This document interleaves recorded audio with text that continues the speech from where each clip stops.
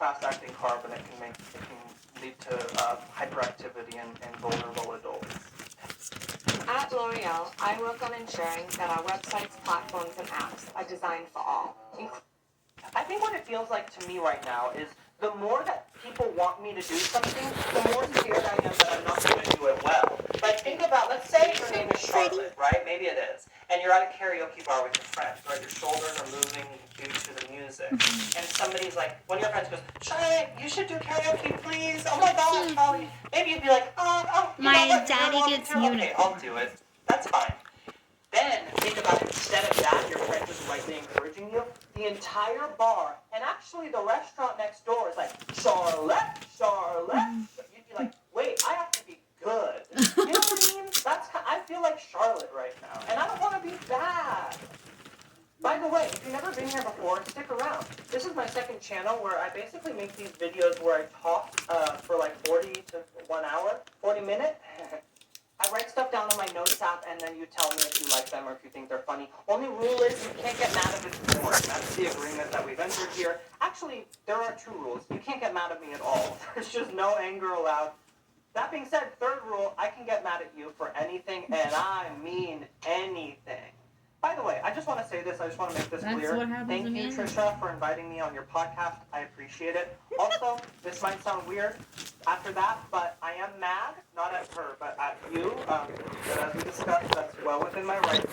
So you know, I can control it. I just became mad. I just started getting angry, and I'll keep you updated. But for now, yeah, I'm feeling a lot of anger towards you, and that is totally okay. All right. First thing I want to talk about, you know, sometimes people ask, like, have you ever seen a ghost? Like, have you ever, like, had an experience with, like, the supernatural? Like, and they'll say that, genuinely. I think a better question to ask would be, hey, do you want to make up a story? Hey, have you ever made something up? Point is, I don't believe in ghosts. And whenever I say that, people go, look out, now they're going to get you. And every time I go, come and get me, tonight, it's on, I'm ready. And nothing ever happens. That being said, I have really scary dreams, and that might be the ghosts. And sorry, and please stop doing that. It makes it hard to wake up and start my day. Okay, number 2. I came up with a TikTok trend or challenge. I don't know if they call them challenges anymore. But I don't have a TikTok. I don't want a TikTok. So let me know if this is a good idea. And if so, maybe one of you can do it and start the trend for me. But you have to credit me. That's the rule. I will take legal and emotional action if not, you don't say, this was Drew Monson's idea.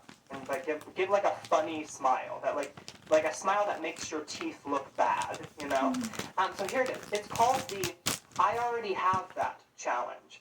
You go to Taco Bell, like your friend films you, you go through the drive-thru, get whatever you want, you know, cheesy gordita, Dorito, mama, ha-ha. That's not funny. It's not funny to say mama, ha-ha. Sorry, let me start over. 1 second. Number 3, whatever, pay for it, get your bag of food, right? You have it. Now, the most important part.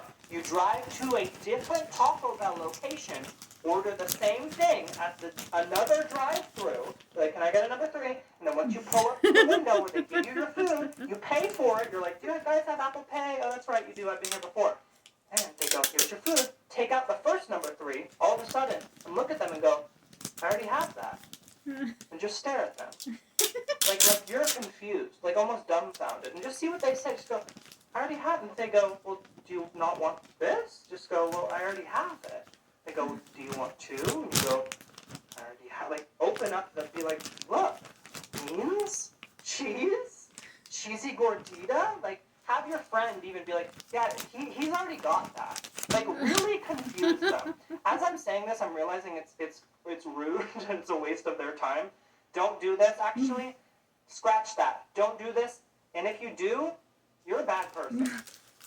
Okay, here's something else. You know how, like, when you're dating someone, a lot of times you call them babe or baby, and it, like, makes your heart flutter, and it's a really nice progression of the relationship once you start the babes, once the babes start rolling in.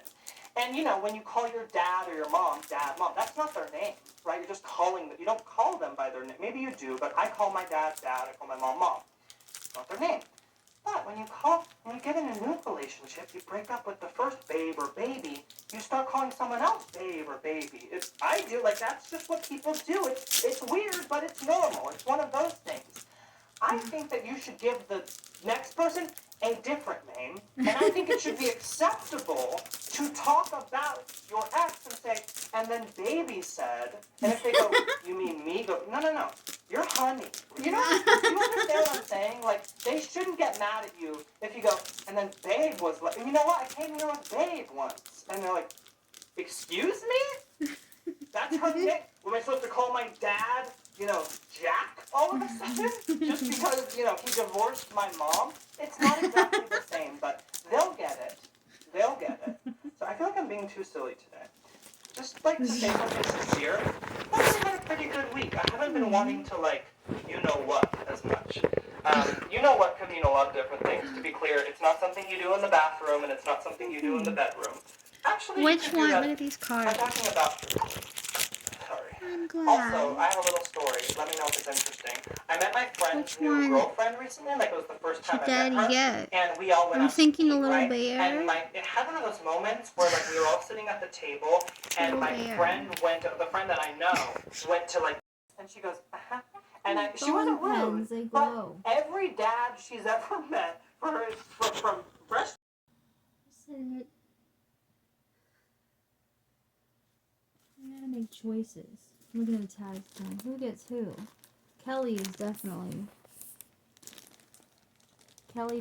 is gonna get this one. Because she's like a little gnome. She was like a little elf. So I always call her forest creature. So she's definitely getting a little midget. I think Brenda I don't know, I just feel like she likes that rustic home thing vibe, or that cute, I don't know, I just feel like it's just nice. Thought Brenda. My grandma made me the tree. She likes the tree. Enjoy it. Put up the tree. Put up the tree.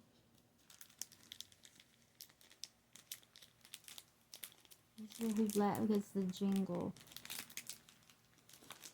Jody gets the jingle all the way. Jody used to have a smiley day.